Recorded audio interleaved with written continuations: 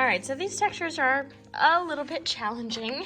That's okay, because we're gonna be learning how to do these. So, starting off with the cloud. The first thing I'm gonna think of is, honestly, if you can do this, where you have a circle and you know where your shadow is. So looking at this, like if this was a circle, it looks like the shadows are on the right side. So the shadow's gonna be in that section. If you can do this, you can do a cloud. Because it's all just based on smaller shapes that combine. Now, whatever you choose to do as your technique to fill in the value, you need to be consistent with. If you keep changing what kind of line you're putting in there, it's not going to look good, and it's gonna look like a jumbled mess, and you won't be able to tell it's a cloud. I could do hatching, I could do random line, I could do stippling. But so far, what I'm gonna do, I'm gonna zoom in on one section. I think over here. And I have a form that's kind of like this. I'm looking at this section. It goes down. This comes over. This is shaded in here. This is shaded in here. And it comes back up. And then I have kind of a hook of a darker shadow in there. It's all dark here. But notice that I'm just going back and forth and just simplifying it in small bite-sized pieces. I don't want to overcomplicate it. And this area is darker. And let's say here is where where you can see the blue of the sky. Now, if I were to make this black and white, the blue of the sky would be the darkest areas. So I'm gonna think about what kind of line I want, and I kind of like the kind of cross hatch look. So I'm going to be doing that. Now, I'm not gonna outline the whole thing. I don't need to do that. What I need to do, because outlines will flatten your piece, what I do need to do is figure out where my values are. I do have a little bit of a pocket of like shadow in here. I'm gonna go in this direction, there. And then I have some in here.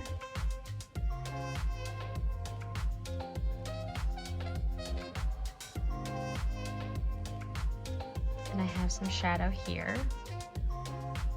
And I'm trying to make this as consistent as possible. We're gonna forget this exists, okay? Just ignore that. Maybe I'll just fold over the paper. Okay. So, looking back at this, it looks like above this shape, okay, there's some shadow here. Okay, I did put that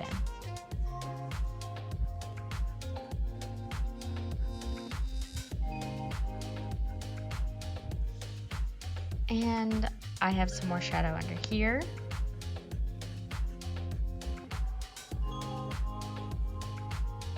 And I can even, if I need to make the shadow darker, do some cross hatching. Whatever you do, just be consistent.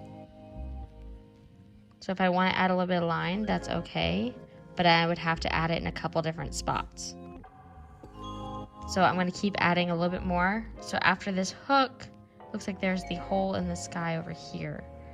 So I'm going to add, because that's the dark blue of the sky, I'm going to add it to be darker. I did not outline. If you accidentally make a line, let's say I don't like this one anymore, I can kind of fade it out by actually making more lines that are kind of in that shape if you make that kind of mistake.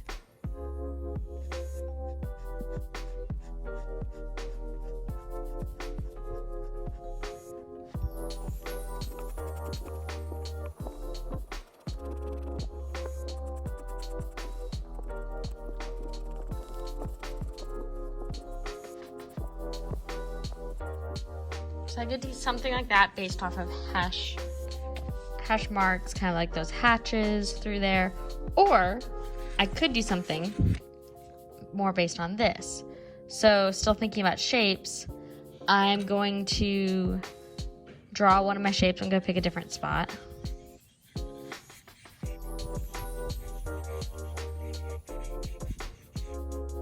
And it looks like kind of that kind of shape. That's probably good. Now let's say I'm doing kind of more of a random line. I go through and just keep these lines consistent. Now, if I were to add hatch marks over it, that would be okay, but it's something I would have to do over several different areas.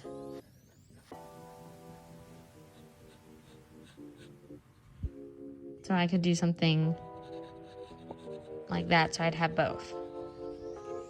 Because it starts to change the texture.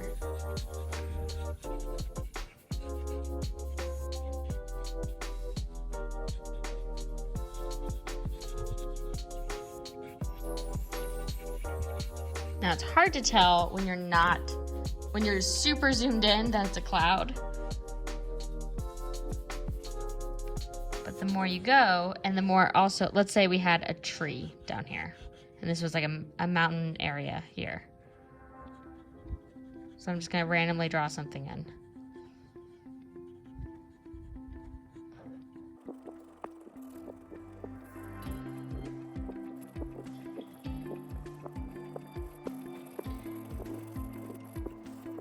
So do you see how this is reading more like a cloud now?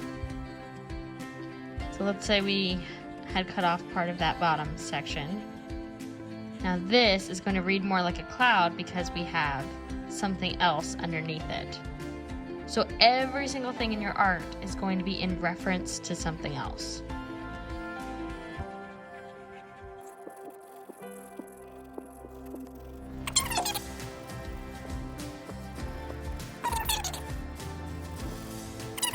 Are kind of weird to do, but when you add something else, it'll work. Alright, drawing fabric is also kind of weird to do. First, what you're going to do is draw in where the highlights are and where the shadows are. So I have a line that goes across here, and it's all shaded into this section. I have the highlight of the fabric in this section. So that means that this is in shadow, which is kind of like a triangle.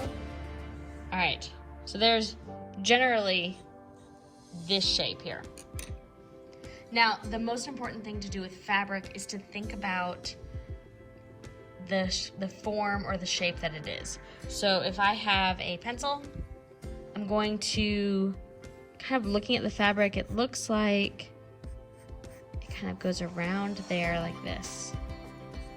And it kind of flattens and comes around and tucks under.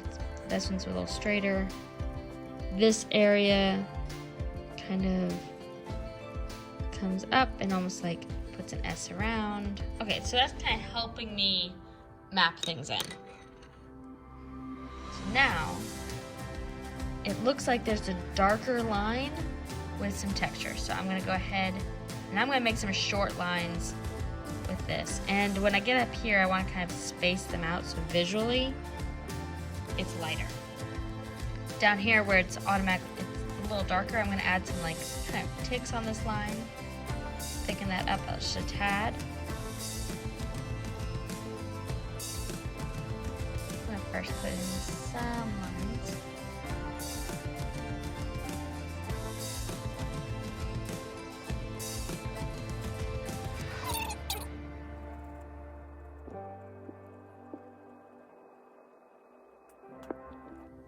And then thinking about this value is so dark that you can't really see it, but I'm still going to use my lines in that way.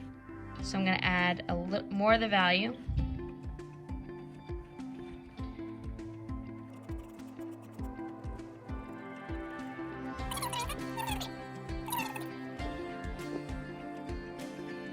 So you're starting to see how the fabric can move.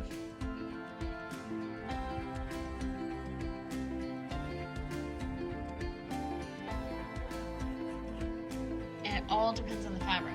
Let's say it was a silk smooth fabric. Well, maybe I would want my lines to be smoother.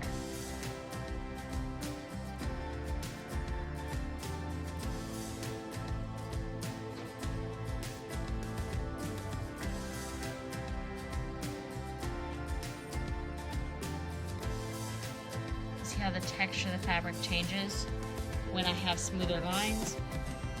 Let's say I wanted to do random line. It's going to come across as very fuzzy fabric. Or if I wanted to do stippling, you can end up having a lot of realism here because I can create implied line within my stippling.